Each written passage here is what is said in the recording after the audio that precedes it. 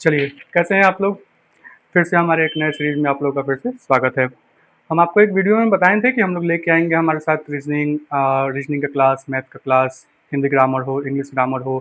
तो आपको कहे अनुसार आपके जो भैया हैं आपके लिए आज एक नया क्लास जो कि हिंदी का क्लास होगा वो आपके लिए लेके आए हैं हम। रीजनिंग का क्लास भी हमारे पास बहुत जल्द प्रेजेंट हो जाएगा। मैथ का क्लास भी हमारा लगभग शूट हो रहा है, धीरे धीरे हम लोग बहुत जल्द लाइव क्लास में भी आपके साथ प्रेजेंट होंगे। आइए आज हम लोग का जो क्लास होगा, आज हम लोग का जो टॉपिक है वो है समास। हिंदी ग्रामर का पहला लेसन हम लोग लेके चलेंगे। हमारी ओर से पहला लेसन होगा, ये पहला लेसन है नहीं हिंदी ग्रामर के बुक का, लेकिन आपके कंपटीशन के एग्जाम या फिर 10-12 जो भी आपका पेपर होता है, किसी भी प्रकार का कॉम्पिटेटिव हो, उसके हिसाब से हम लोग लेके चल रहे हैं। आज का हमारा पहला टॉपिक है समास। ठीक है, आइए समाज के बारे में आप लोग जान रहे होंगे। समाज कहते किसको हैं? तो समाज का अगर आपको डिफिनेशन पता नहीं है तो आप चिंता मत करना, भैया है आपके साथ, भैया आपको बताएंगे समाज का डिफिनेशन क्या होता है। तो समाज के डिफिनेशन पे अगर हम लोग चलेंगे तो समाज का डिफिनेशन क्या है कि दो पदों के मेल से, ठीक है, दो पदों के मेल से जो एक नया पद बनेगा उसे हम क्या कहेंगे? तो समास कहेंगे। ठीक है, यह हमारा एक आंसर है जिस जो क्या है कि हमारा कि दो पदों के मेल से बने नए पद को समास कहते हैं। ठीक है, चलिए अब आप इसमें कंफ्यूज मत हो जाना कि भैया ये पद क्या होता है। नहीं, पद और ऐसे आप संधि का डिफिनेशन जानते होंगे, तो संधि का डिफिनेशन होता है कि दो वर्णों के मेल से। तो आप इस वर्ण और पद, ठीक है, इसमें कंफ्यूज मत होना, दोनों का डिफिनेशन कुछ मिला जुला सा ही है। इसमें सब कुछ सेम होगा, बस पद की जगह वर्ण चला आएगा। ये हमारा संधि का डिफिनेशन चलता है और ये हमारा समास का है। पद और वर्ण में अगर आप मतलब समझना चाहो तो वर्ण, आप अल्फाबेट तो जानते हो ना, ए से लेके जेड तक, ABCD, ये तो जानते होंगे। नहीं, नर्सरी के बच्चे भी इस चीज़ को जानते हैं, तो आप तो भले कंपटीशन के बच्चे हो तो आप तो जानते ही होंगे इस चीज़ को। उसी तरीके से क्या है कि ये हमारा वर्ण जो होगा वो क्या आएगा? तो अ से आप इसको ज्ञ तक ले लो। ठीक है, और अगर पद के हिसाब से अगर आप चलते हो तो दो पदों को बांट दो। जैसे क्या? तो देखो, मान लो आपके पास एक विद्यालय शब्द है, ठीक है। अब विद्यालय को हम बनाने के लिए, तो विद्यालय को जब हम बांटेंगे तो हमारा क्या हो जाएगा? ये विद्या और क्या? आलय। अब इस विद्या का भी कोई ना कोई मतलब होता है, जैसे क्या? तो ज्ञान। नहीं, अब इस आलय का भी तो एक मतलब होगा, घर। और इस विद्या का मतलब क्या? तो ज्ञान। जो आप स्कूल में जाते हो, स्कूल से नॉलेज लेते हो, भैया जो आपको दे रहे हैं इतना मेहनत करके नॉलेज, वो भी तो ज्ञान ही है। ठीक है, और आलय का मतलब तो घर। तो ये जो टॉपिक हमारा हुआ ये क्या हो गया? तो समाज के लिए आप जानो। और ये जो आपका चल रहा है वर्ण अ से लेकर ज्ञ तक, वो आपका क्या है? तो संधि के लिए है। यहाँ तक का आपका टॉपिक क्लियर होना चाहिए। हम लोग क्या है, अभी हम लोग चलते हैं कि समाज के भेद क्या हैं। देखिए भाई, समाज के भेद पे अगर आप आते हैं ना,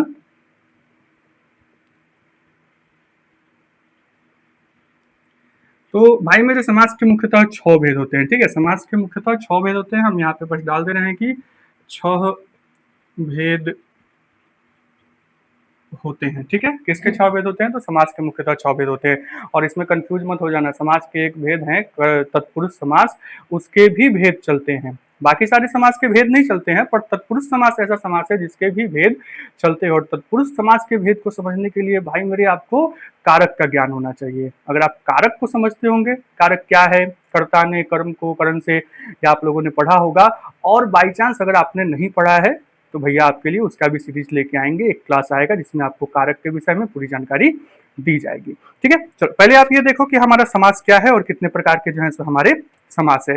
पहला हम लोग आते हैं समास के भेद पे। पहला तो हमारा तत्पुरुष ही है, जिसके बारे में अभी आपके भैया बात कर रहे थे। दूसरा क्या है? तो आप ले लो कर्मधारय। तीसरा आप ले लो बहुव्रीहि। चौथा आप ले लो क्या? तो द्वंद्व। पांचवा आप ले लो क्या? तो द्विगु। छठा आप ले लो क्या? तो अव्ययी भाव।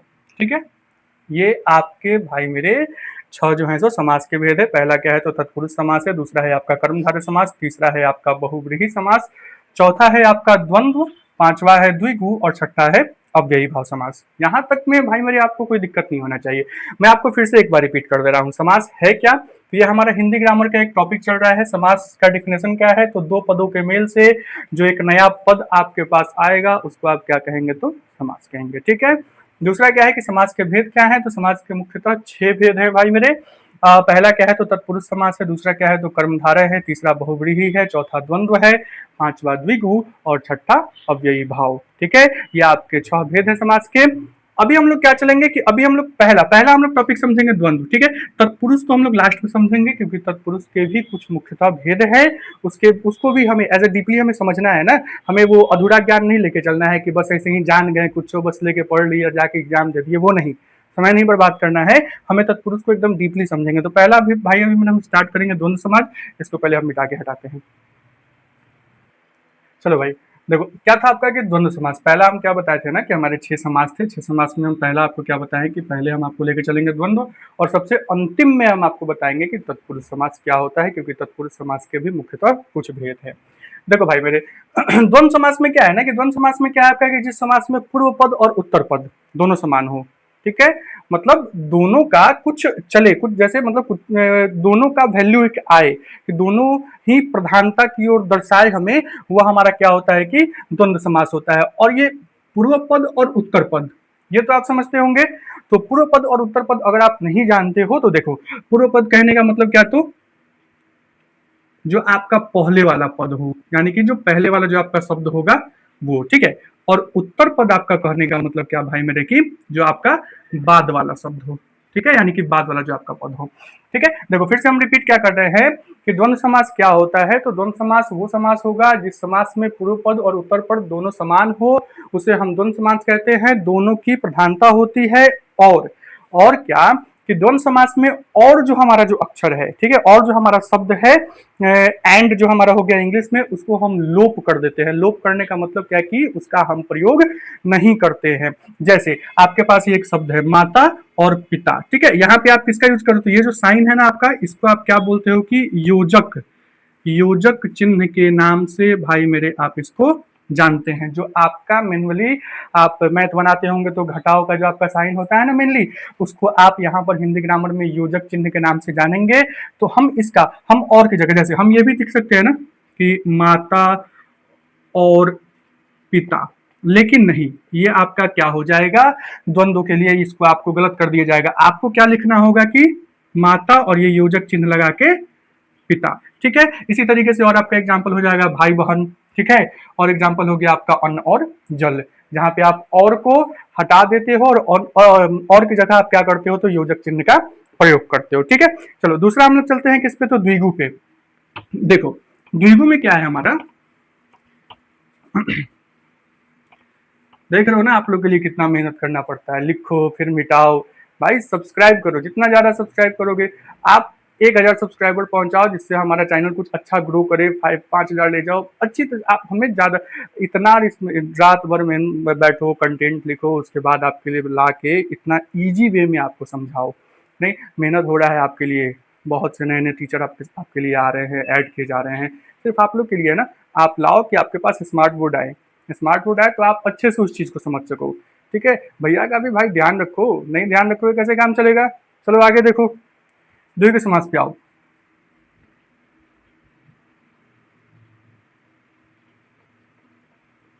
चलो द्विगु समास में क्या है ना हमारा कि जिस समास में पूर्वपद संख्यावाचक को दर्शाता है। ठीक है, जिस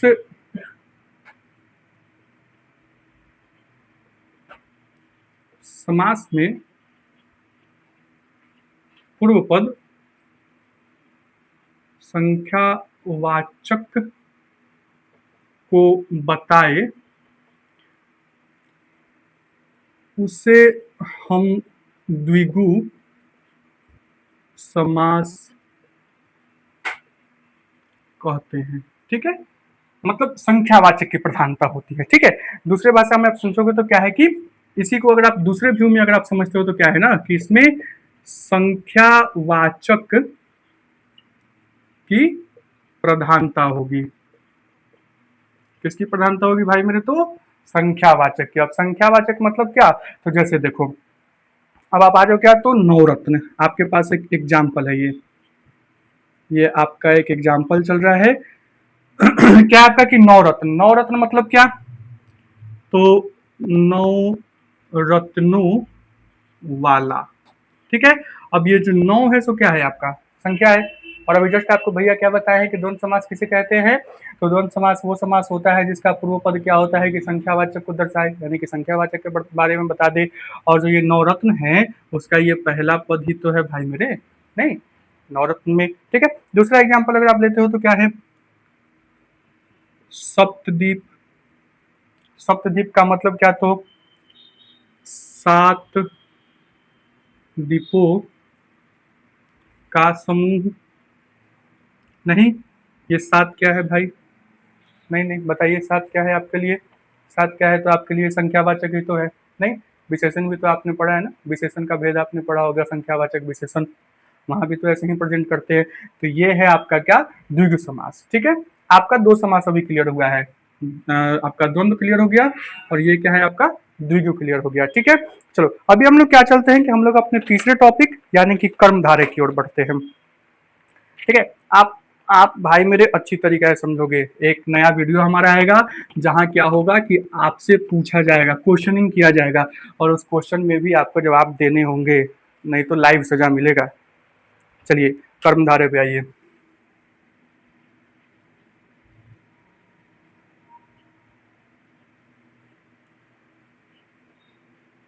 ये हमारा क्या है कि तीसरा टॉपिक है, टॉपिक का नाम क्या है, तो हमारा कर्मधारय समास। इसमें जिस समास में क्या है ना कि पूर्व पद विशेषण हो, ठीक है,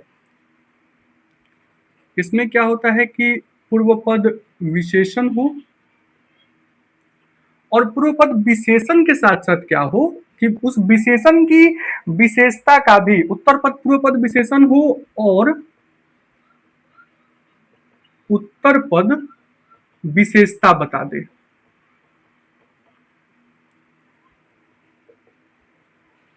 उससे कर्मधारय समास कहते हैं, ठीक है। क्या है भाई मैंने कि कर्मधारय समास हम किसे कहेंगे, तो जिसका पूर्व पद क्या हो कि विशेषण हो, ठीक है, और उत्तर पद क्या हो तो वो विशेषण की विशेषता बता दे, उसे हम क्या कहेंगे, तो कर्मधारय समास के नाम से जानेंगे। अब इसमें क्या है ना, जैसे देखो इसका हम एग्जाम्पल क्या लेके चलते हैं, तो इसका एग्जाम्पल क्या है हमारे पास कि जैसे कि काली मिर्च, ठीक है। अब इसका पूर्व पद अगर हम लोग लेते हैं तो पूर्व पद क्या हो जाएगा, काली, ठीक है। और क्या है कि ये उत्तर पद क्या हो गया हमारा, मिर्च।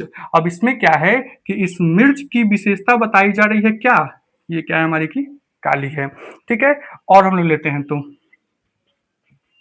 नीलकमल, इसका क्या हो जाएगा, नीला है जो कमल, यानी कि यहाँ पे कमल की क्या विशेषता बताई जा रही है कि वो क्या है आपका नीला है, ठीक है।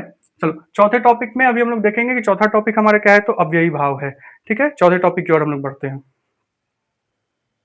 चलो भाई मेरे, ये हमारा क्या है ना, तो ये हमारा चौथा टॉपिक है, ठीक है। चौथा टॉपिक में क्या है हमारा कि अव्ययी भाव समास। अब अव्ययी भाव समास का क्या है डिफिनेशन कि जिस समास में पूर्व पद क्या हो तो अव्यय हो, ठीक है। जिस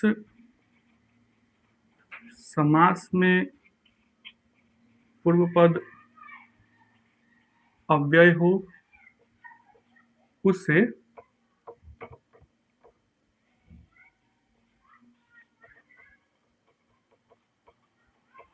अव्ययी भाव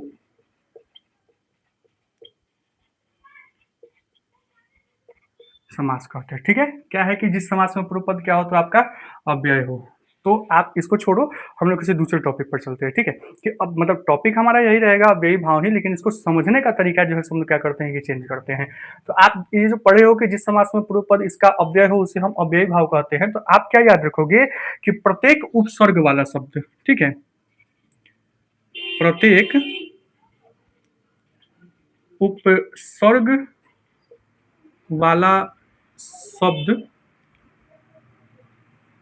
अव्ययी भाव होता है,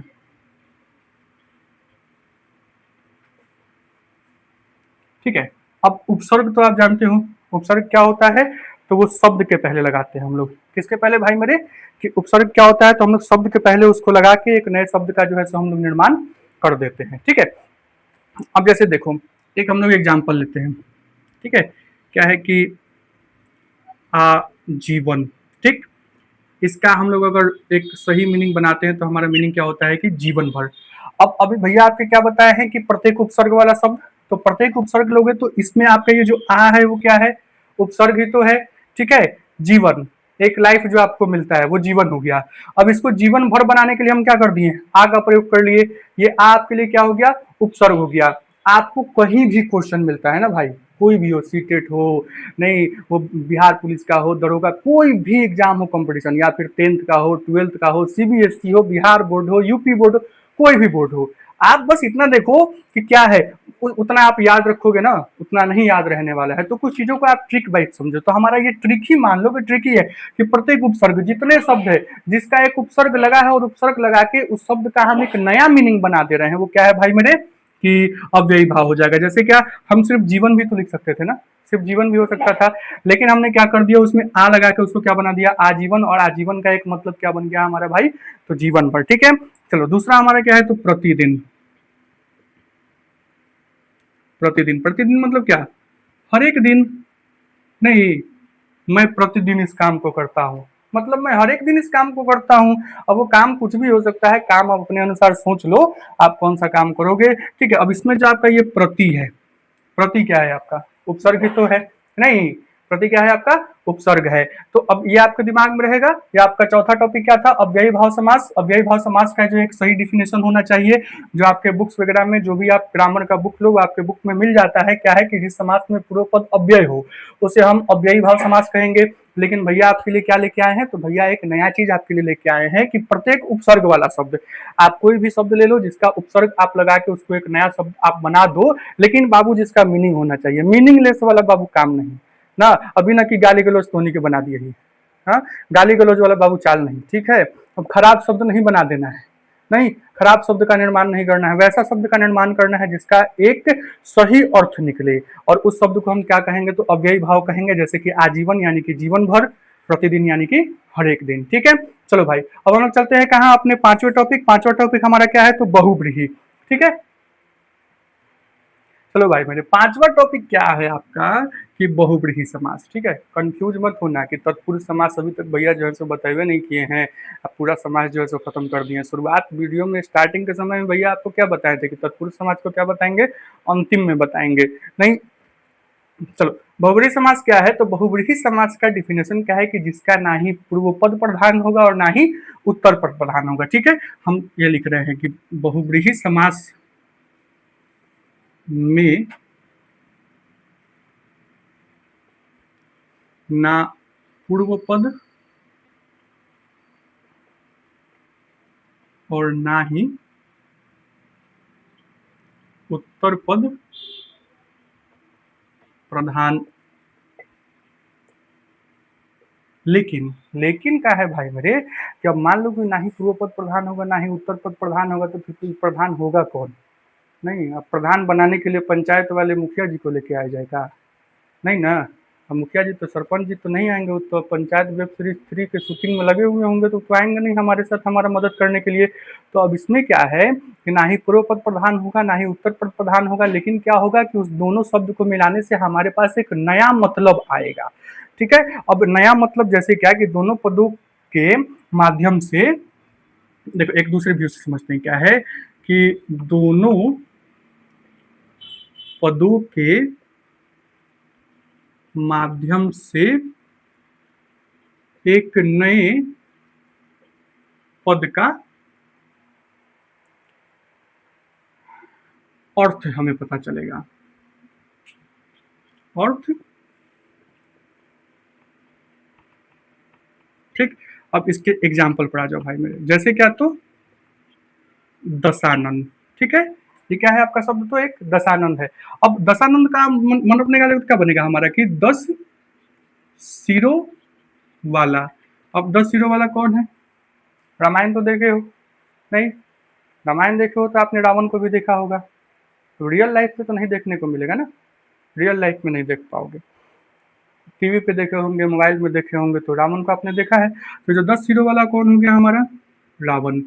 और अभी जस्ट भैया आपको क्या बताए हैं कि बहुव्रीहि समास क्या होगा, तो जिसका ना ही पूर्व पद और ना ही उत्तर पद प्रधान होगा, लेकिन उस दोनों पद को मिलाने से क्या होगा कि एक तीसरे पद का अर्थ जो है सो हमें पता चलेगा, यानी कि एक नया शब्द का अर्थ में पता चलेगा।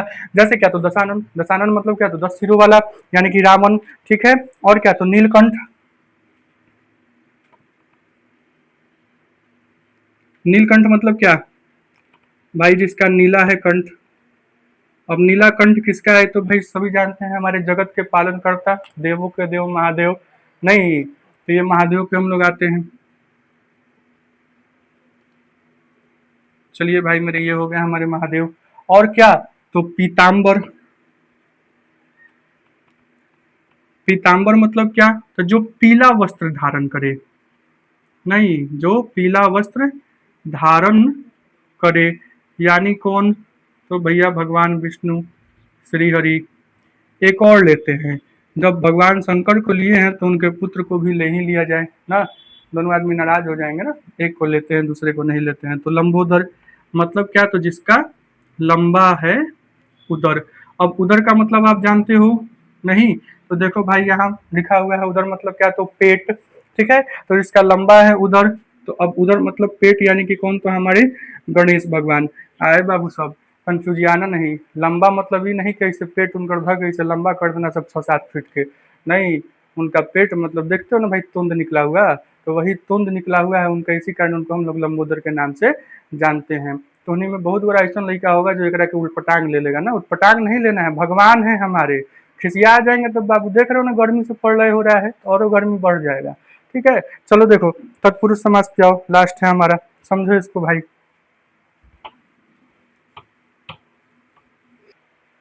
चलो भाई, आज हमारे क्लास का ये अंतिम टॉपिक होगा। अंतिम टॉपिक क्या है हमारा, कि तत्पुरुष समास, ठीक है।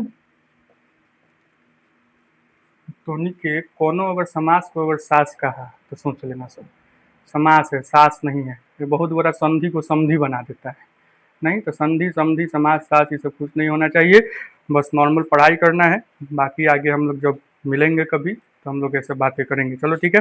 तत्पुरुष समास क्या है, तो तत्पुरुष समास में क्या है कि जिस समास में पूर्व पद गौण होता है, गौण होने का मतलब क्या, जिसका आप यूज नहीं करते हो, जिसका इंग्लिश में आप बोलते हो ना साइलेंट हो जाना, जैसे कैसे आप ये स्पेलिंग लिखते हो, KNIFE, जिसको आप पढ़ते हो बस नाइफ और के आपका क्या होता है, तो साइलेंट होता है। तो वही चीज को हम लोग हिंदी में क्या बोलते हैं, कि गौण होना, ठीक है, यानी कि उसका हम प्रयोग जो है सो नहीं करेंगे, ठीक है। तो क्या है कि जिस समास में पूर्व पद गौण हो तथा उत्तर पद क्या हो, कि प्रधान हो, प्रधान होने का मतलब क्या, कि मेन हो, ठीक है, उसे हम तत्पुरुष समास कहते हैं। अब शुरुआत में ही आपको बताया गया था कि तत्पुरुष समास के कुछ ना कुछ भेद होते हैं, ठीक है, कुछ ना कुछ, यानी कि हमारे इसके 6 भेद होते हैं, समास के भी 6 भेद होते हैं और तत्पुरुष समास के भी मुख्यतः 6 भेद होते हैं। क्या, तो कर्म तत्पुरुष, कर्म तत्पुरुष, संप्रदान, आपादान, संबंध और अधिकरण। आपने कारक पढ़ा होगा, नहीं पढ़ा है तो आपके लिए एक क्लास लेके आया जाएगा, लेकिन आप कमेंट बॉक्स में हमें बताएंगे कि आपने कारक नहीं पढ़ा है, या फिर अगर आपको प्रॉब्लम है, आप कमेंट में जितना कमेंट करना है आप करो, नहीं आप बताओ किस चीज़ के ऊपर आपको क्लास चाहिए, वो क्लास आपके लिए हम लोग प्रेजेंट करेंगे। अभी जस्ट हम आपको अपने टीम से भी मिलाएंगे कि हमारा टीम क्या, और हमारा टीम अभी धीरे धीरे बढ़ेगा, आप लोग के लिए टीम हम बहुत अच्छा लेके आएंगे, किसी भी प्रकार का कोई भी एग्जाम हो वो हम लेके आएंगे आपके लिए, ठीक है। चलो देखो, क्या है कि तत्पुरुष समास में पहला क्या हम लोग का कर्म, आप कारक अगर पढ़े होंगे तो कारक में कर्म से स्टार्ट नहीं होता है, कारक में क्या होता है कि कर्ता से स्टार्ट होता है, कर्ता ने कर्म को करण से, संप्रदान के लिए आपादान से, है ना। लेकिन क्या है भाई मेरे, कि इसमें कर्ता का यूज हम लोग नहीं करेंगे, इसमें डायरेक्ट हम लोग कर्म से चलते हैं। तो कर्म आते हैं, कर्म का क्या होता है, चिन्ह क्या होता है कर्म का, तो कर्ता ने कर्म को, ठीक है, क्या है हमारा की को, ये इसका चिन्ह होता है। कारक का अगर चिन्ह याद होगा तो आपके लिए इजी होगा, नहीं याद होगा याद कर लोगे और आसान आप इसको बना लोगे, ठीक है। क्या है कि आपका ये जो है कर्ता का क्या है, तो को है। अब इसमें क्या है, तो इसका है एक एग्जाम्पल ले लो, जिसका एग्जाम्पल क्या है आपको, तो मतदाता, क्या है, तो मतदाता क्या हो जाएगा आपको, कि मत को देने वाला, ठीक है। इस प्रकार का और भी शब्द होगा जिसको आपको एक चलेगा, हमारा क्वेश्चनिंग का ही एक सीरीज आएगा जिसमें 50 से 100 आपके पास क्वेश्चन आएंगे, ठीक है। वो क्वेश्चनिंग सीरीज में आपको अच्छी तरीका से इसको डिफाइन कर दिया जाएगा और एग्जाम्पल के साथ आपको समझाया जाएगा। दूसरा हो, कर्ता ने कर्म को करण से, करण से मतलब क्या, तो अब देखिए इसका एग्जाम्पल क्या है भाई मेरे, तो जन्मांध, जन्मांध मतलब क्या, तो जन्म से अंधा, ठीक है। जन्म से अंधा मतलब कोई व्यक्ति हो जो जन्म से ही अंधा हो। जैसे महाभारत भी देखे, रामायण का बात किया तो महाभारत तो क्या ही जाते हैं। कहा आपने देखा है धृतराष्ट्र को, दुर्योधन के पिता को? दुर्योधन के पिता क्या थे? जन्मांध थे, जन्म से ही अंधे थे? नहीं। तो वही हमारे ये जन्म से अंधा। ठीक है। तीसरा क्या है भाई मेरे, कि तीसरा है हम लोग का संप्रदान। संप्रदान के लिए क्या होता है? तो के लिए। इसका एग्जाम्पल क्या होगा भाई मेरे? तो देखो इसमें क्या है, तो सत्याग्रह। सत्याग्रह मतलब क्या? तो सत्य के लिए आग्रह। लेकिन बाबू साहब सत्य लागे अगर तोहनी के आग्रह किया तब बड़ा मार पड़ेगा, वो बिहार में ना दौड़ा दौड़ा के तोहनी के सब पूछेगा। सत्य के लिए आग्रह अगर हो गया तब काहे कि बड़ा दिक्कत चल रहा है सत्य के लिए रिक्वेस्ट करने पर ना। महात्मा गांधी को भी जेल में पटक दिया गया था, हमारे भगत सिंह हो, नहीं कोई भी हो। तो ये क्या है हमारा सत्याग्रह, सत्य के लिए आग्रह करना। संप्रदान के बाद है भाई मेरे आपको आपादान। आपादान से भी क्या है? तो से।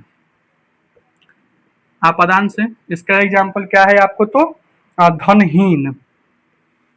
इसका क्या है? तो धनहीन मतलब क्या? तो धन से हीन। और हो गया आपको पदहीन, यानी कि पद से हीन ना, ये सब चीज हो गया। उसके बाद क्या है आपको? संबंध। तो संबंध मतलब क्या? तो है का, के, कि ऐसा का अगर शब्द लगल हो तो आप समझ जाइएगा संबंध है। जैसे क्या है? तो प्रेम सागर। प्रेम सागर मतलब क्या? तो प्रेम का सागर। लेकिन है सागर में डूबना नहीं है, बड़ा खतरनाक सागर है। प्रेम के सागर बहुत ही खतरनाक सागर है, अगर तोहनी के डूबा तो निकलेगा नहीं ना। और बाद केनहू दिखाई देगा, कोनो ठेला चला रहा होगा, कोनो कपड़ा के दुकान में होगा, नहीं प्रेम के सागर से बच जाएगा तो तोहनी के एसडीएम बन जाएगा, डीएम बन जाएगा, कोनो आईएएस ऑफिसर बन जाएगा, कोनो हमनी लेखन मास्टरे बन जाएगा का। चलो आगे देखो भाई क्या है? अधिकरण।